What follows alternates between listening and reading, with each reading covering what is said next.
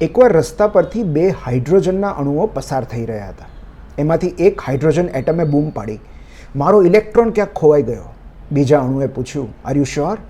પહેલાએ જવાબ આપ્યો, ઓફકોર્સ, જો હું પોઝિટિવ થઈ ગયો છું. આ જોકમાં માત્ર કેમિસ્ટ્રી નથી, મેટાફોર છે. આને ફિલોસોફાઇઝ ન કરવાનો ગમે તેટલો પ્રયત્ન કરીએ પણ હકીકત એ છે કે આપણા જીવનમાં કેટલાક લોકો ઇલેક્ટ્રોન જેવા હોય છે.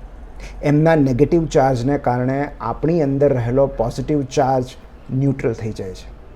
જે ક્ષણે આપણે તેમને ગુમાવી દઈએ છીએ, આપણે આપોઆપ પોઝિટિવ થઈ જઈએ છીએ. જીવનમાંથી કોઈકની બાદબાકી દર વખતે ખોટમાં નથી પરિણમતી, ક્યારેક એ ફાયદાકારક હોય છે.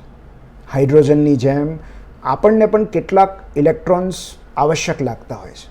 એવું લાગે છે કે એમની ગેરહાજરીમાં આપણે ટકી જ નહીં શકીએ. પણ ક્યારેક નેગેટિવલી ચાર્જડ લોકોને ગુમાવ્યા પછી જ આપણી સકારાત્મકતા અને કોન્ફિડન્સ બહાર આવતા હોય છે.